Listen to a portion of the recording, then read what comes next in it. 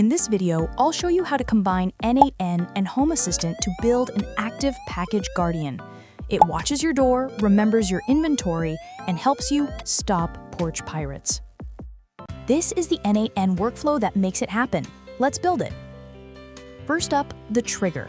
The N8N interface doesn't have a built-in way to directly use a Home Assistant sensor's state change as a trigger, so our entry point has to be a webhook. Think of it as a unique web address that Home Assistant can call to instantly kick off our workflow. We'll set the method to post and give it a custom path like stop. Now, the moment that webhook is triggered, the first thing our workflow needs to do is see what's happening. That's the job of our second node, the Home Assistant node, which we'll call Get a Screenshot. We'll configure it to point to our camera entity. Its mission is simple. The instant the signal comes in, it grabs a high-res snapshot of the front porch. This image is the raw material for our entire operation. It's the visual evidence our AI is about to analyze.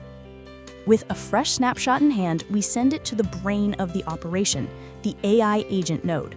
This is our connection to a large language model like Google Gemini, and its job is to understand the picture. But we can't be vague. We give it a very precise prompt. You are a professional package counting expert. Tell me how many packages are in this image. Your answer must be a single Arabic numeral with no other words or punctuation.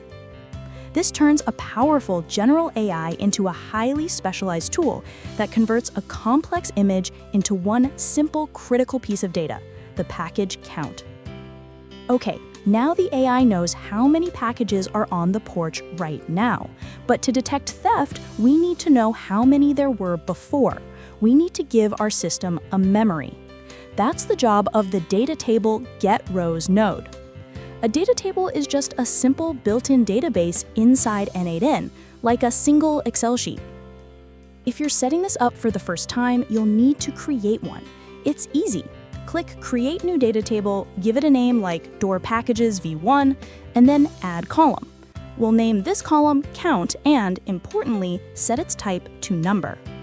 After creating it, we'll manually add the first row and set the initial count to 0. Back in the node's configuration, we just select that new table from the dropdown. Once set up, this node's job is to read the old records. It looks into our database and retrieves the last known package count.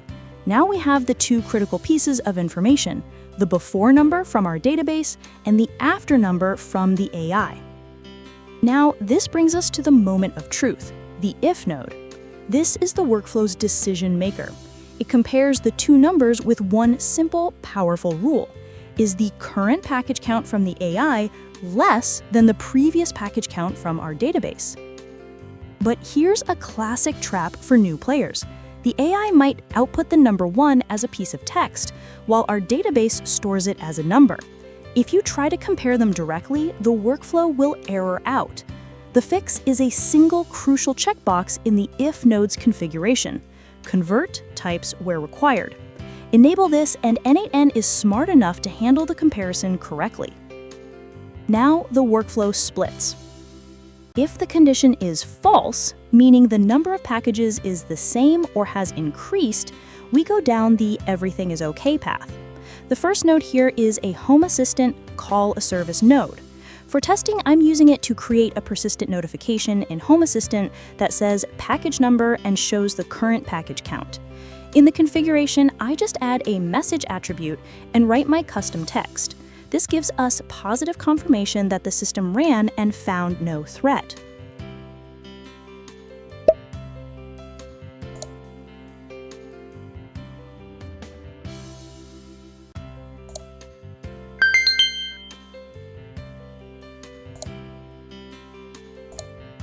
After the all clear notification, the false path ends with a data table update rows node.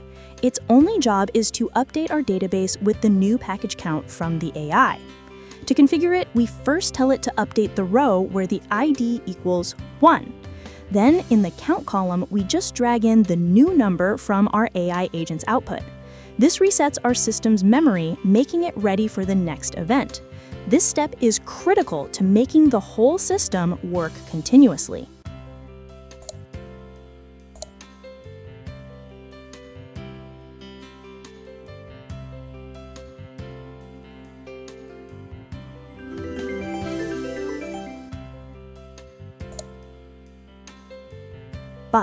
if the node's condition is true, that's when our trap springs.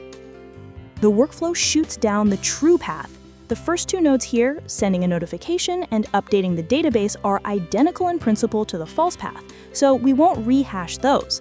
Let's get to the good stuff, the new core alarm actions. The first is a call a service node we'll rename Siren On. In the configuration, we set the domain to Siren and the service to Turn On. Then in the attributes, we just provide the entity ID. For this project, I'm using a Tuya smart camera which comes with a built-in Siren function, so I'll just drop its Siren entity ID right in here. This is our active deterrent. This is a very direct and powerful deterrent. When the workflow determines a theft has occurred and executes this step, N8N immediately sends a command to Home Assistant telling your designated siren to sound the alarm. We place this node here to provide instant deterrence. The moment the theft happens, a loud siren can scare off the thief, causing them to abandon the act while also immediately grabbing your attention or your neighbors. This is the key step that transforms our passive monitoring into active defense. Of course, we don't want the siren blaring forever, as a continuous loud noise can disturb the neighbors. So we immediately follow it with a wait node set to 5 seconds, and then another call a service node that calls siren.turnoff. But while the siren is wailing, we perform one last critical action in parallel, another get a screenshot node, which I've renamed Capture Evidence. The first screenshot was for the AI. This is for the humans. It captures the thief's reaction the instant the alarm goes off. This is the money shot, the timestamp proof you can send to the police. Finally, to tie all of this together, we need to tell Home Assistant how to trigger that initial webhook. In your configuration.yaml file, you'll create a REST command and paste in the production webhook URL from N8N. After a restart, just create a new automation in the UI. The trigger is your Frigate sensor for person occupancy changing from off to on.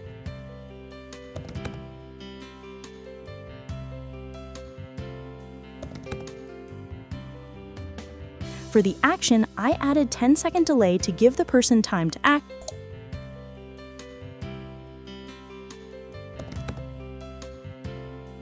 And then I call the REST command we just made.